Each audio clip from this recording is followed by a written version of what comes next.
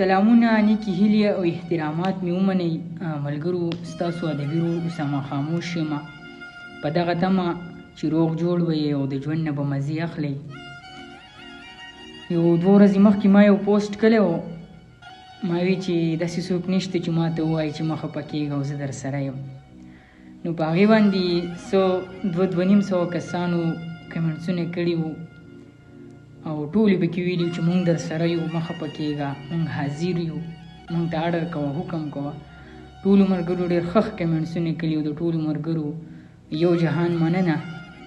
ډېر زیات خوشحاله شوم چې زما سره هم خلک دومره مینه لري، چونکې زه یو ادنا او غریب انسان یم، ځان د دې قابل نه ګڼم، خو بیا هم تاسو ما له دومره مینه راکړه او ما ته هم دومره ښایسته ښایسته کمنټسونه وکړل چې زما د زړه نه هغه درد او هغه غم ډېر زیات کم شو په دې خبرو سره. تاسو ما ته دومره ښایسته ښایسته کمنټسونه وکړل. نو زه د خپلو ټولو فالوورز کومو کسانو چې دغه کمنټسونه کړي دي د ټولو د زړه نه شکریه ادا کوم. یو جهان مننه. الله هم راته ژوندي لره، ښاد او آباد اوسئ.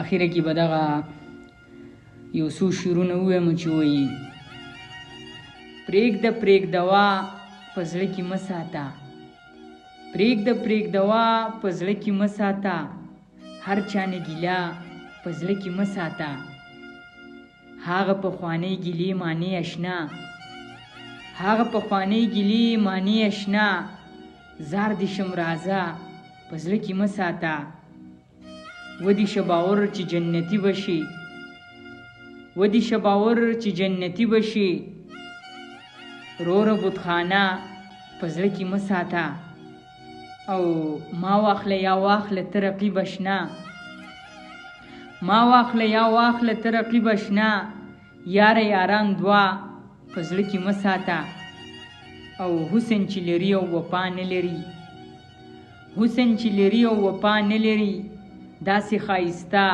په زړه کې مه ساته، او دا د ایمان زیان دی ګټه نه لري، دا د ایمان زیان دی ګټه نه لري، بغض او کینه په زړه کې مه ساته، او نن خو یې خاموش نوم په جار واخله، نن خو یې خاموش نوم په جار واخله، پټه یې نامه په زړه کې مه ساته، او یاره اسامه د بې وفا تصویر، یاره اسامه د بې وفا تصویر، ټوله شپه په زړه کې مه ساته، ټوله شپه په زړه کې مه ساته.